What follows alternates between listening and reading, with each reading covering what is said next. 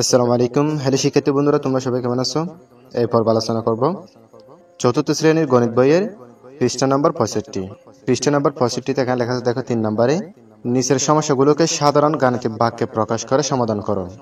অর্থাৎ আমরা এখানে কতগুলো গণিত দেখতে পাচ্ছি, এগুলো গাণিতিক বাক্যের সমাধান করতে বলতেছে। এর আগের ভিডিওতে আমরা 1 এবং 2 এর আলোচনা করেছি, তোমরা চাইলে প্লেলিস্ট থেকে ওই ভিডিওগুলো দেখে নিতে পারো। এখানে 1 নম্বরে বলতেছে, দেখো 5টি পেন্সিলের দাম 60 টাকা হলে 9টি পেন্সিলের দাম কত? এটিকে গাণিতিক বাক্যে প্রকাশ করতে বলতেছে। এরপর এখানে 2 নম্বর আছে, দেখো ভাজক ভাগশেষের 3 গুণ এবং ভাগফল ভাজকের 4 গুণ। ভাগশেষ যদি 2 হয় তাহলে ভাজ্য কত? তাহলে শিক্ষিত বন্ধুরা চলো এই সমস্যার সমাধানগুলো এক নজরে দেখে নেওয়া যাক। আমরা এখানে লিখছি, দেখো 5টি পেন্সিলের দাম 60 টাকা হলে 9টি পেন্সিলের দাম কত? আমরা এখানে উত্তর লিখছি, দেখো গাণিতিক বাক্য লিখছি। দেখো আমরা লিখব প্রথমে গাণিতিক বাক্য সমান 60 ভাগ 5, উভয় পাশে আমরা প্রথম বন্ধনী দিয়েছি, দেখো এখানে। এরপর লিখছি কত? গুণ 9। আমরা এগুলো কি করব? গাণিতিক বাক্যে প্রকাশ করব।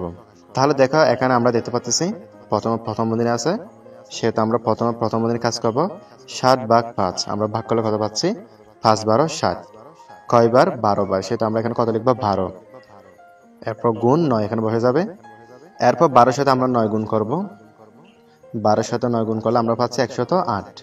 আমরা এখানে দেখো রাফ করছি, দেখো আমরা যদি 9 কে 12 দ্বারা গুণ করি তাহলে কত হয়? 9 দুগুণ 18, 18 তো 8, হাতে আছে 1, 9 একে 9, 9 আর একে কত? 10। তাহলে আমরা পাচ্ছি কত? 108। সুতরাং 9টি পেন্সিলের দাম হচ্ছে 108 টাকা। এরপর 2 নম্বর দেখো এখানে ভাজক ভাগশেষের 3 গুণ এবং ভাগফল ভাজকের 4 গুণ। ভাগশেষ যদি 2 হয় তাহলে ভাজ্য কত? আমরা উত্তর লিখছি, দেখো এখানে। প্রথম আমরা লিখব, আমরা জানি ভাজ্য সমান ভাজক গুণ ভাগফল যোগ ভাগশেষ, এটা হচ্ছে সূত্র, এটা আমাদেরকে মুখস্থ করতে হবে। এরপর আমরা লিখছি গাণিতিক বাক্য সমান, আমাদেরকে এখন প্রথমে বলা হয়েছে ভাজক ভাগশেষের 3 গুণ। তাহলে আমরা এখানে দেখো ভাগশেষ হচ্ছে 2, তাহলে আমাদেরকে বলা হচ্ছে এখানে ভাজক ভাগশেষের 3 গুণ। যেহেতু আমরা এখানে ভাজক দেখতে পাচ্ছি, দেখো সেহেতু আমরা এখানে কি করব? 2 গুণ 3, এটা আমরা প্রথম বন্ধনীর ভিতরে লিখব, কারণ এখানে বলা হচ্ছে ভাজক ভাগশেষের 3 গুণ। তাহলে ভাগশেষ কত? 2, এই যে 2 এটা আমরা এখানে লিখব। এরপর এই যে গুণ চিহ্ন এটা এখানে বসে যাবে। এরপর এখানে আছে দেখো ভাগফল। ভাগফল সমান আমরা কত লিখব? এখানে আছে দেখো ভাগফল ভাজকের 4 গুণ। তাহলে আমরা একইভাবে ভাগশেষ 2 এটা এখানে বসাবো। এরপর এখানে বলতেছে কি ভাগফল ভাজকের 4 গুণ।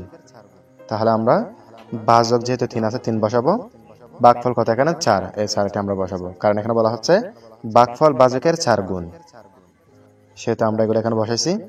এরপর যোগ বসে যাবে। এরপর এখানে আছে ভাগশেষ।